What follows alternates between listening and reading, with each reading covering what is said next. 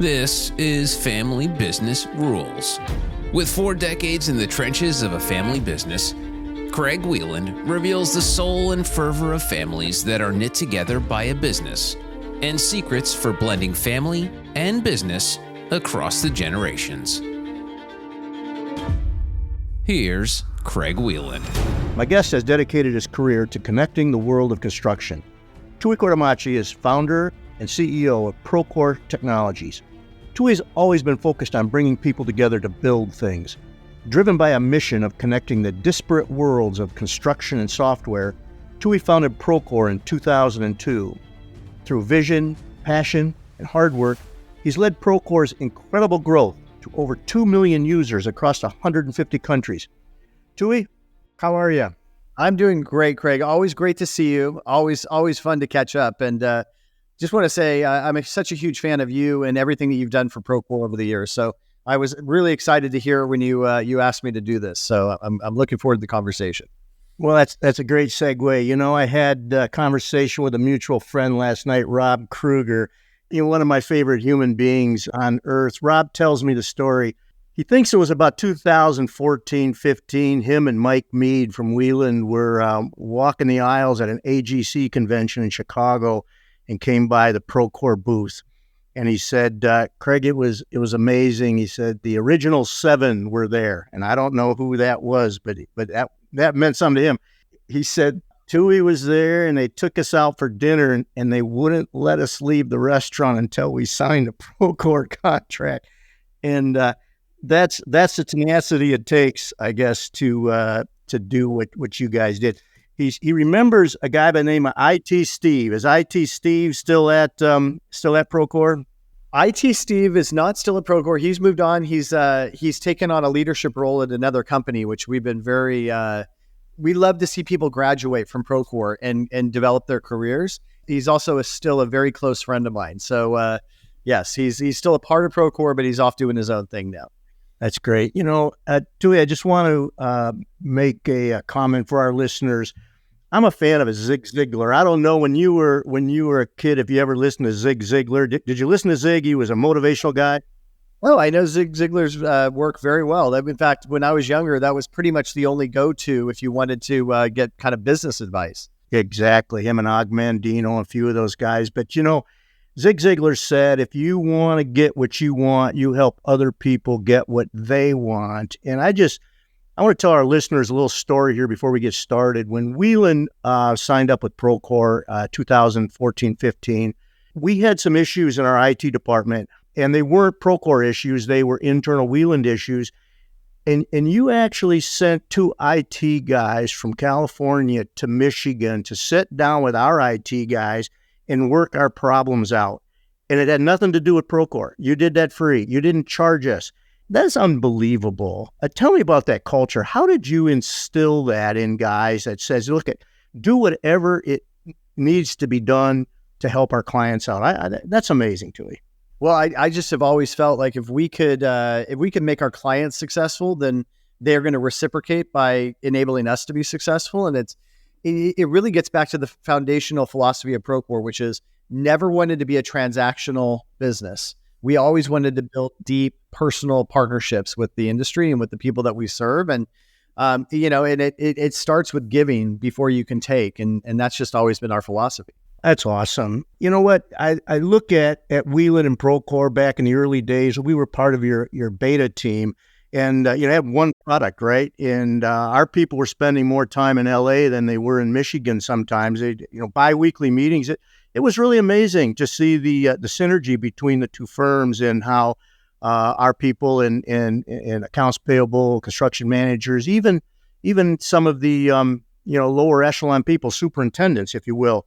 They were engaged with the Procore people and their beta concepts. And that was amazing to me that you guys would listen to what we had to say. And that tells me a lot. And I guess that philosophy has paid off well for you. Well, and I think what really surprises me the most, Craig, is that the industry, and you all were great leaders at this, were so willing to give of your time and energy to solve these fundamental problems, alongside Procore. That's probably been one of the biggest surprises that I've learned over the last 22 years, which is the lengths that the industry is willing to go to contribute to the greater good of developing people, talent, as well as the needs of the industry, has been just nothing short of remarkable. And you all were the one of the very first customers that we had that really leaned in as far as you did to help us get to where we are today. So again, that's one of the reasons why I'm here to just say thank you, because we would not be here if it wasn't for all the help you all gave. No, I'm not so sure. You might be stretching it a little bit. Tooey, I'm gonna step on your toes a little bit. I never flunked out of college. I never got tossed out of college. In fact, my record in college is pure. I never went to college. You did. And you're smarter than me, my friend. And it didn't cotton too well for you. I've got 21 grandkids, Tooey, and my oldest two are now graduating from high school. They live about 5 miles from Virginia Tech, so they would have every reason in the world to go to Virginia Tech. They're not going to go to college. They are intrigued by the business world. I gave them Ogden Mandino's book. I gave them Norman Vincent Peale's book, Zig Ziglar's books, and these guys they're just chomping at it to get out in the world, make their mark, and make money. Give me just your perspective on young guys, gals. They want to change the world. They're seniors in high school. Do they have to go to college? No, they don't. In fact, I think college is very much seen as the catch-all solution for everyone's career development, when I think it's much more nuanced than that. There's plenty of folks out there like myself who that were just not cut out for that. I did get kicked out of school, and I do want to clarify one thing. It's probably the biggest blessing that's ever happened to me, primarily, Craig, because it taught me how to be resilient. I actually feel that it was a huge advantage in my life. It taught me that not everything was going to be handed to me on a silver platter, and not every path in this world that's preordained is necessarily the right path for me. So luckily that lesson happened at a young age, but I just wish that more people would step back, and parents in particular, and help guide their kids the way you're guiding your grandchildren, which is there's not just one way to make it in this world. And if you feel like you have a specific talent or trade or passion that you want to pursue, look for all means and methods to get there. And one may be a university program, but I'm a big fan of practicality and experience. And if you're passionate about something, go out, get that job, work your way up in the organization, learn every nit and nat about it, and turn it into a successful career of your own. Yeah, you know what? I taught them about dollar cost averaging, and I think that's probably going to make them more money than any career that they will have. I suggest if you're going to be a brain surgeon, go to college, right? But you don't necessarily have to go. My one grandson, who's 16, making $24,000 a year right now, writing software for other people's websites, and the kid's a junior in high school. I have no doubt that he's going to go. Tooey, I look at what you've done at Procore, and something I got to really dig deep, because when I was at Wieland, I went from superintendent, project manager to the corner office, maybe in about 10 years, and I stayed there. I sensed that the guys who were in the field sometimes wondered if I really knew what I was talking about anymore. I hadn't been in the field for 15 years. I call it moral authority. I'll give you an example. In 2007, I went out to Oklahoma City. A client of ours had a project called Remington Park, and I sold it. And it was a good-sized project and nice margins. And I called back to Rob Kruger, who was CEO at the time. I said, Rob, I just sold a Remington Park job. This is awesome. He said, Craig, I got nobody. And I said, no, I understand that, Rob, but this is a big project. It's a repeat client, great margins. I need a project manager on site full time. He said, Craig, I got nobody. And I was like, quiet. And I said, well, Rob, what do you suggest I do? He said, well, I would suggest you stay there and run the job yourself. I was president of the company at the time, and I was scared to death. I said, Rob, I haven't run a job in 25 years. He said, well, maybe it would be good for you. And I hung up with Rob. I called my wife and I said, next time I'll see you will probably be 3 months from now. And turned around and ran that job and brought it home. We made great margins. And when I walked in the door at Wieland after that, I just felt like I had moral authority to tell the superintendents and project managers, well, here's what we're going to do, guys. Talk to me about that. You left coding, pretty early in the process. How do you go back to those guys who are writing code and say, okay, here's what we're going to do now? And do you have moral authority? Of course you do. How do you keep that with your people? It's interesting. That's a very good example, by the way. First, kudos to you for, rolling up your sleeves and going and challenging yourself to go way outside of your comfort zone. So that, to me, I just want to say, most people don't choose the painful path, but that's clearly a testament to who you are. So you're right. I haven't coded a lick of software in 20 years, probably. I do kind of on my own time at home, but not Procore code. I don't know, up from down anymore when it comes to engineering. So where I get the moral authority to lead on that is credibility that I have with the fact that I've been doing what I've been doing and I've been honing my craft for so many years. And I really, truly believe I understand the fundamental challenges of the industry that we're solving for, and that I can bring value into the whole process, not through telling people how to code, but more along the lines of how do we solve the problems and be more the advocate for our end users, just because I spend so much of my time, Craig, talking to the leaders as well as the folks in the field of the industry that we serve. So it really is credibility. And, ultimately everything, Craig, in life comes down to trust, not doing things to violate the trust that I have with the people that I am bringing this kind of a kind of moral authority to. And so that really, to me, comes down to authenticity and knowing what my strengths and weaknesses are and knowing where I can say things with conviction and where I should be asking more questions than giving directives. Tooey, have you ever said to one of your employees, I'm sorry, I'm wrong? Yes. Actually, I'll tell you what, you've met, I don't know if you haven't met, but Steve Zahm, my co-founder, has been with me since 2004. And Steve and I like to tell people at Procore that the only reason Procore is successful is that we've made one better decision every day than all the wrong decisions we make every single day. One of our values is openness. And so we're very transparent when we're wrong. Now, we actually look at wrong in a very specific light through a lens, which is we want you to be wrong at Procore because we want you to believe that the velocity of decision-making matters in any business. We just want you to be able to assess the blast radius. And so if the thing you're about to be wrong about at Procore is big enough that it can create an existential threat to the business, then those are the decisions I want to make. And if I make them and I'm wrong, I will tell everybody about them. But short of that, I want to decentralize decision-making throughout the entire organization to the lowest node that has the most amount of credibility and access to the most relevant information to make those decisions. So when we're wrong, we admit it because we want other people to admit when they're wrong too, so we can move, learn, adapt, and go forward. And that's really what's most important about business. Tooey, I listened to your interview with Harry. I'm not sure what Harry's last name is, but I was really fascinated because you want people to fail. I'm just going to give you just a really quick snapshot at Wieland. We had 11 owners at Wieland. I was a majority shareholder, but I had 10 other partners, and 9 of these partners were project managers, had come up through the ranks. And I looked around one day at a shareholders meeting.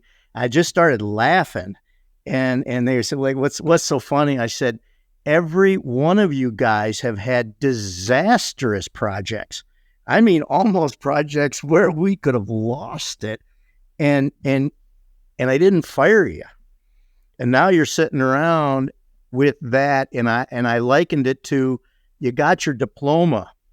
I'm not losing you. I'm keeping you because you've been tested by the fire. You know what it's like to have a job that if certain things did not work out, we could have lost the company. It could have been that bad. And I like that idea. Don't fire people because they've made mistakes. My goodness, that's an opportunity to learn. So I'm going to take you back to a year. It was a horrible one for me. It was a horrible one for the industry. It had to have been horrible for Procore, and that would be 2008.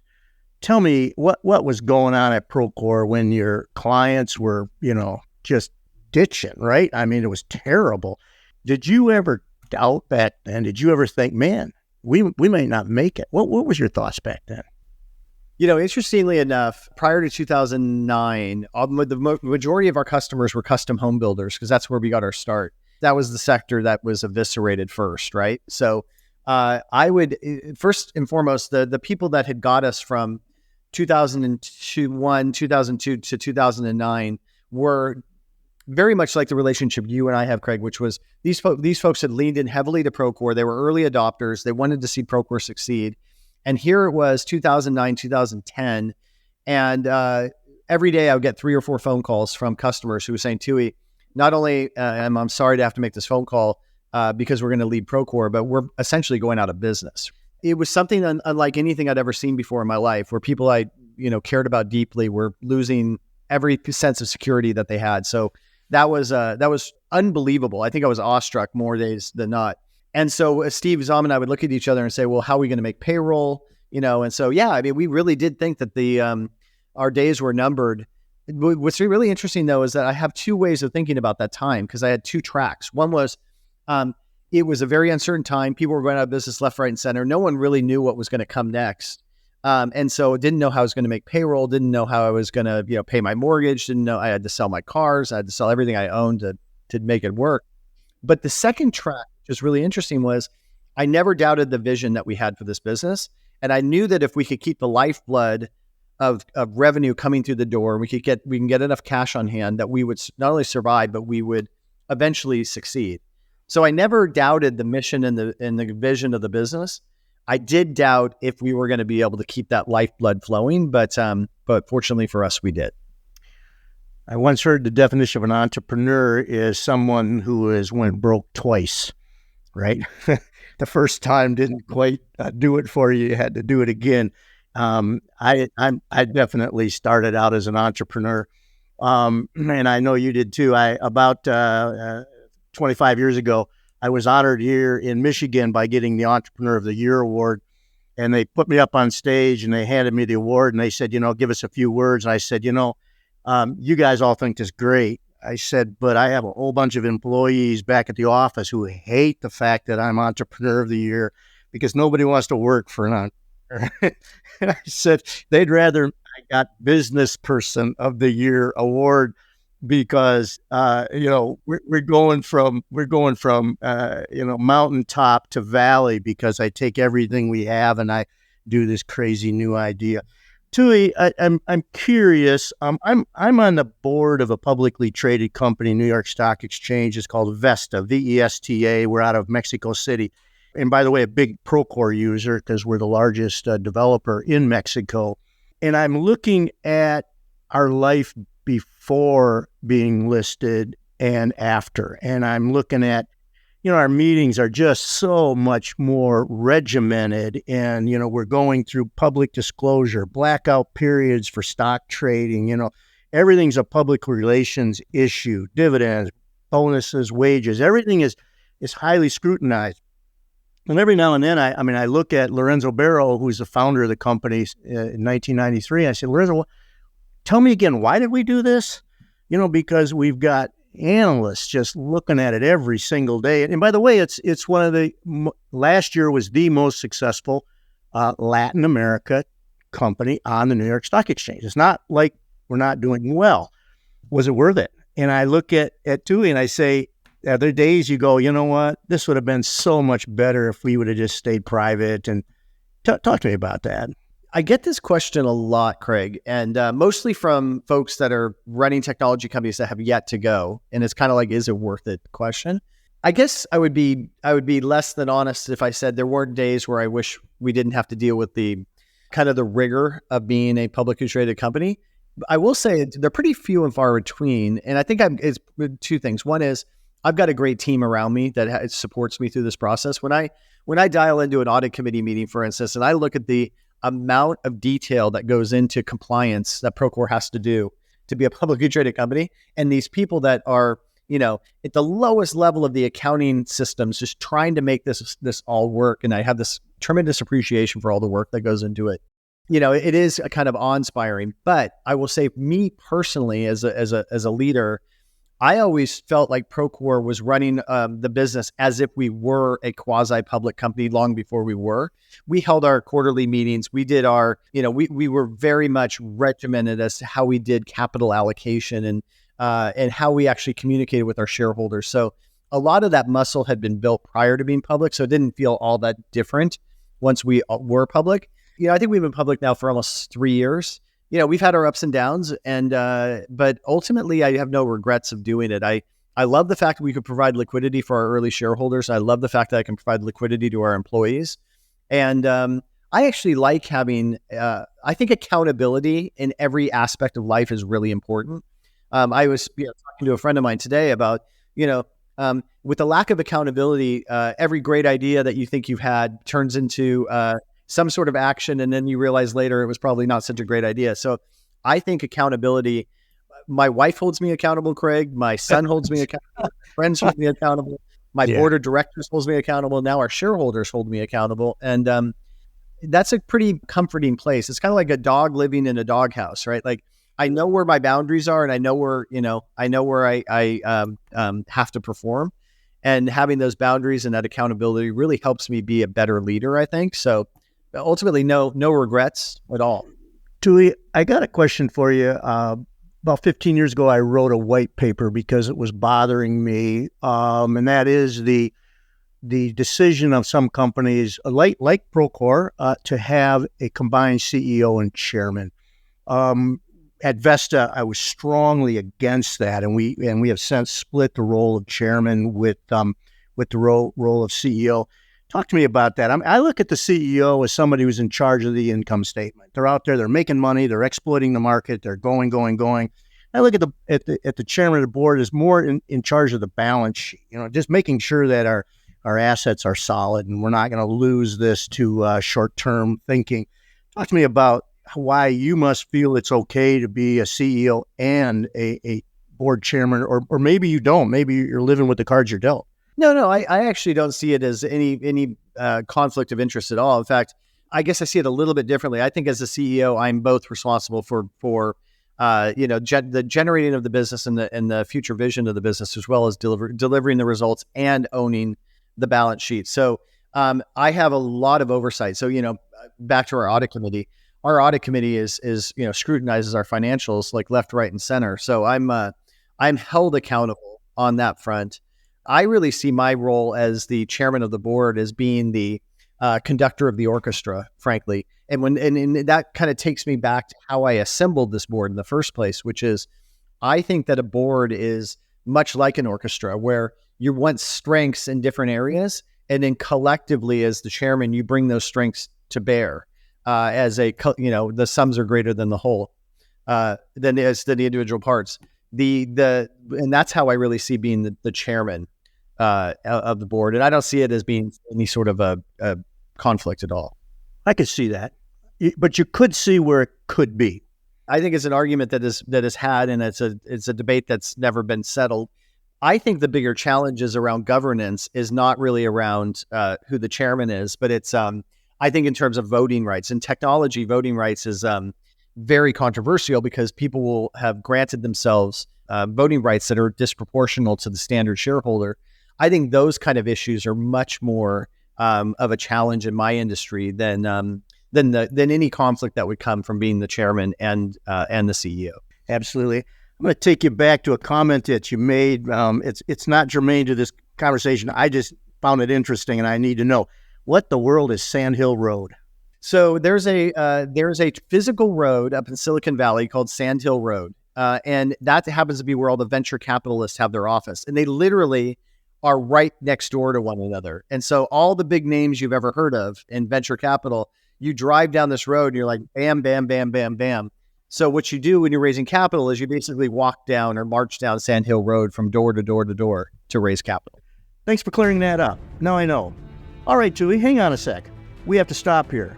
But coming up next time on Family Business Rules, Tooey Courtemanche talks about the impact of building a high-performing culture at Procore. Procore was ranked the 5th best company in the U.S. To work for last year on Glassdoor. You can't buy those kind of accolades. Those are only given to you by your employees because you get it right. You've been listening to Family Business Rules.